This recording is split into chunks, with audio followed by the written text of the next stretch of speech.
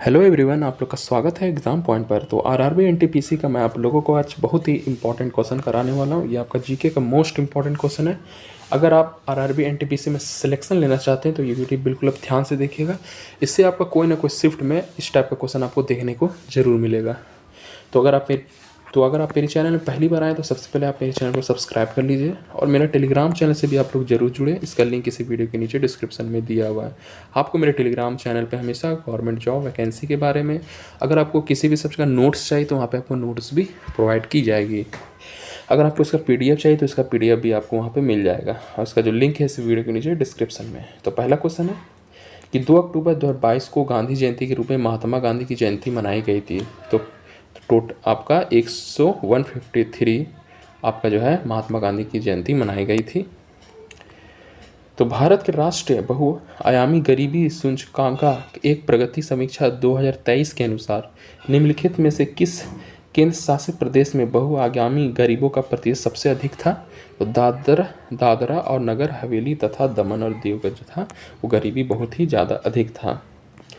अगला प्रश्न है, भारतीय संविधान के कौन से अनुच्छेद संघ लोक सेवा आयोग से संबंधित है? तो अनुच्छेद 315 से लेकर 323।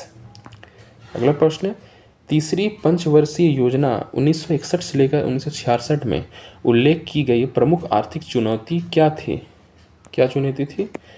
युद्धकालीन व्यय और संसाधन आवंटन। अगला प्रश्न है कि हरित क्रांति अर्थव्यवस्था के किस क्षेत्र से संबंधित है? कृषि क्षेत्र। अगला प्रश्न है, संगीत अकादमी से प्रतिष्ठित नाट्य कलानिधि पुरस्कार से सम्मानित लक्ष्मी विश्वनाथ किस नृत्य शैली के प्रसिद्ध थी? तो भरतनाट्यम।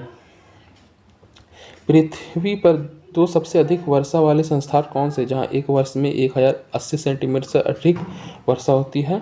तो चेरापूंजी और मौसिनराम में जो है सबसे अधिक बारिश हुई है। अगला प्रश्न है कि सर्वाधिक परीक्षा अनुसूचित साधनों की रोकथाम विधेयक 2024 के अंतर्गत परीक्षा के दौरान अनुचित व्यवहार या अपराध में शामिल व्यक्तियों के लिए निर्दिष्ट जुर्माना राशि कितना है? तो 10 लाख जुर्माना जो है वो है।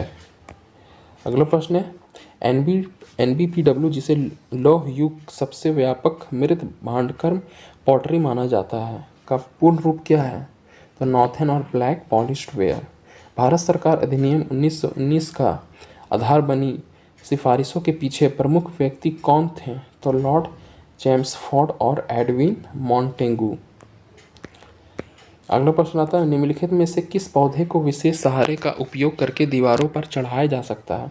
तो कद्दू के पौधे को। अगला प्रश्न है, वह एक कर्नाटका प्रसिद्ध गायिका थी जो यूरोप, उत्तरी अमेरिका और संयुक्त राष्ट्र महासभा में गाई थी। वह कौन थी? तो मदुराई सन्मुखविद सुब्बुलक्ष्मी जी जो थे वो थी। अगला प्रश्न है कि वार्षिक मालपुरम नृत्य महोत्सव जिसमें भारतीय शास्त्रीय नृत्य भरतनाट्यम, कुचिपुड़ी, कथक, मोहिनी अट्टम, उड़ीसी और कथकली के प्रदर्शन में शामिल है, तो कौन से आयोजित किया गया था? तो कहाँ पे आयोजित किया गया था? तो तमिलनाडु में किया गया था। अगला प्रश्न आता है, अगस्त 2024 में सर्वोच्च न्यायालय को अलविदा कहने वाली महिला कौन है जो तेलंगाना राज्य के लिए उच्च न्यायालय की प्रथम महिला मुख्य न्यायाधीश बनी और भारतीय सर्वोच्च न्यायालय में पदोन्नत होने वाली 9वीं महिला थी? उसका नाम क्या है? हेमा कोहली। अगला प्रश्न, भारत में पहले एशियाई खेल कहाँ आयोजित किए गए थे? तो नई दिल्ली में किए गए थे। अगला प्रश्न, भारतीय संविधान के भाग 3 में किसका उल्लेख किया गया है? मौलिक अधिकार को उल्लेख किया गया है। अगला प्रश्न, दिए गए रंगों में से कौन सा जूडो ग्रेड से संबंधित नहीं है? तो गुलाबी जो है वो नहीं है। अगला प्रश्न, नीलगिरी सबसे पुरानी पर्वत श्रृंखलाओं में से एक है, यह किन 3 राज्यों में से त्रिसीमा पर स्थित है? तमिलनाडु, केरला और कर्नाटका।